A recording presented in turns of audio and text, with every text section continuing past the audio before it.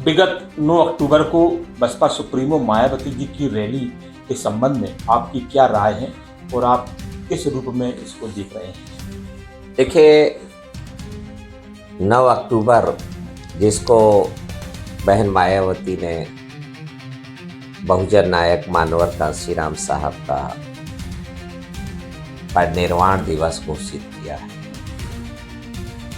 जो सूचनाएं हमारे पास हैं उसके आधार पर मैं कहना चाहता हूँ कि मानवर कांशीराम जी का निर्वाण 8 अक्टूबर 2006 को दोपहर के 2 बजे हो गया और बहन मायावती भयभीत थी क्योंकि मानवर कांशीराम जी की माता जी और उनके भाई ने हाई कोर्ट में, दिल्ली हाई कोर्ट में रिट दायर कर रखी थी कि मानवर कांशीराम जी को हमें सौंपा जाए, हम उनके ब्लड रिलेशन में। उनको डर था कि मानवर कांशीराम जी को निर्वाण का समाचार सुनकर करोड़ों की संख्या में देश भर में फैले हुए लोग दिल्ली पहुंच जाएंगे, क्योंकि मानवर कांशीराम जी आजाद भारत के मास लीडर साबित हुए, जननायक साबित हुए हैं। और ये किसी मीडिया के प्रचार के कारण नहीं बल्कि उनके काम के कारण। और उन्होंने भारत की जो आम जनता है और 85% आबादी है उसकी दुख को आवाज़ दिया, उनकी तकलीफ को आवाज़ दिया और उनकी समस्या के समाधान और निवारण के लिए सही रास्ता दिया। तो इसलिए बहन मायावती ने उसको 8 तारीख की रात में 12:20 जब 9 तारीख लग चुकी थी तो उसको डिक्लेयर किया कि पूरा भारत सो चुका होगा और भारत के लोग बड़ी संख्या में दिल्ली नहीं पहुंचेंगे।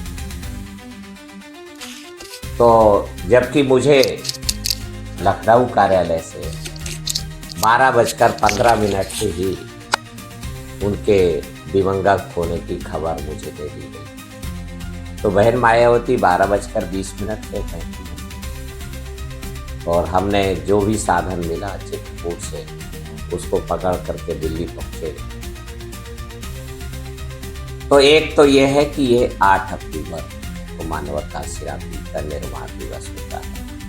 9 अक्टूबर को सिर्फ बहन मायावती है और जो लाखों की संख्या में भीड़ पहुंची है, ये 177 साल के लंबे संघर्ष का परिणाम, जो 1848 ईस्वी में महात्मा ज्योतिराव फुले ने पूना से मूवमेंट शुरू की थी एजुकेशन के लिए, शिक्षा के लिए, और उसी मूवमेंट को आगे बढ़ाया पेरियारिमिस रामास्वामी नायकर ने दक्षिण भारत में सेल्फ रिस्पेक्ट की मूवमेंट का नाम दिया गया।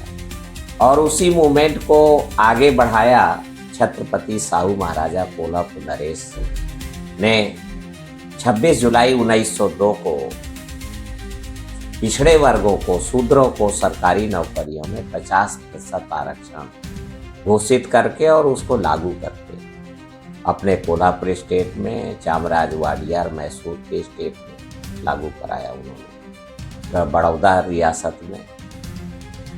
तो ये उस आंदोलन की रिफ्लेक्शन है, उस आंदोलन का परिणाम है, जिसको मानवर कांशीराम जी ने संगठित करके और ऑर्गेनाइज करके राष्ट्रव्यापी सामाजिक परिवर्तन आंदोलन में तब्दील किया।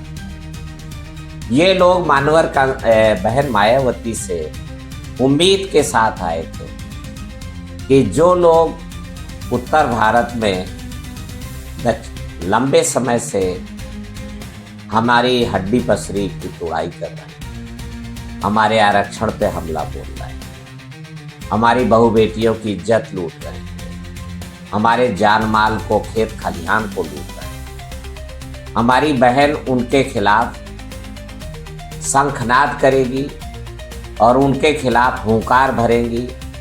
उनको सत्ता से हटा देने का एक रोड मैप पेश करेंगे, परंतु उन लोगों को भारी निराशा हाथ लगी जब बहन मायावती के मुखार बिंद से उन्होंने योगी आदित्यनाथ की तारीफ सुनी और उन्होंने भारतीय जनता पार्टी हमारा दुश्मन नंबर 1 है।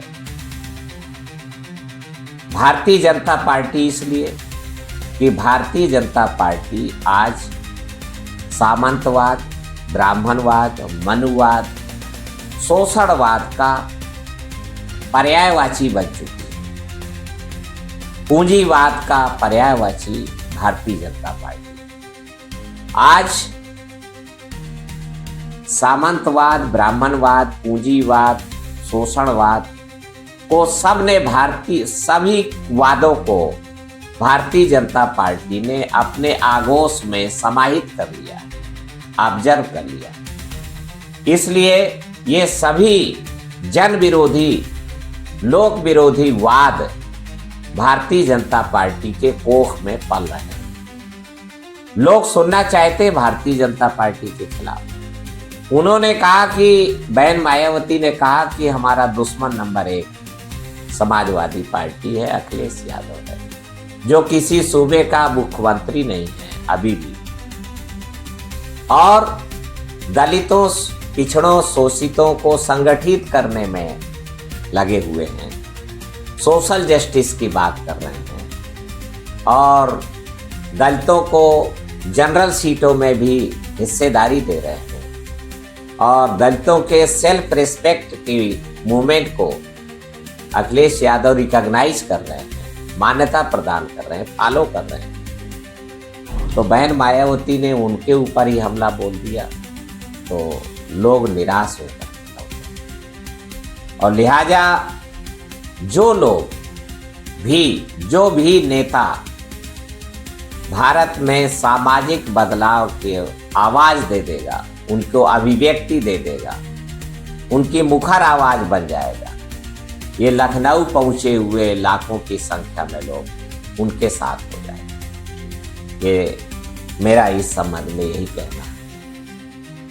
जून 2021 भी गेम चेंजर साबित हुआ था जब बहन मायावती ने जिला पंचायत और ब्लॉक प्रमुखी के चुनाव के दौरान अपने सभी उम्मीदवार वापस ले लिए, जिनके पर्चे दाखिल हो गए थे उनको भी वापस ले लिया और ऐलान किया। लोगों ने पूछा कि फिर वोट किसको दें, तो उन्होंने कहा कि सपा को हराना है और भाजपा को जिताना है। राज्यसभा चुनाव में जो हमारे रामजी लाल गौतम को हराने के लिए समाजवादी पार्टी काम कर रही थी, हमें उसका बदला देना, तो गेम चेंजर साबित हो गया। क्योंकि लोग लठैत को, शोषक को, जो बड़ा सरगना है, उसको परास्त करना चाहते हैं। तो लिहाजा बहन मायावती 0 सीट पर आउट। बहन मायावती का बयान जो 9 अक्टूबर को उन्होंने लखनऊ की रैली में दिया है, वो उससे लोग भारी निराश होकर के लौटे और वो निराशा उनकी बढ़ती जाएगी। पर विपक्ष की जिम्मेदारी है कि अब केवल शासन बदलने से जनता को संतुष्टि मिलने वाली नहीं। अब हमें इस देश की शोषण की दुख का मूल कारण सामाजिक व्यवस्था में आमूल चूल बदलाव लाने का रोड मैप पेश करना होगा, एजेंडा बनाना होगा। अगर विपक्ष ये एजेंडा बनाने में चूक जाएगा तो विपक्ष को भी भारी नुकसान है।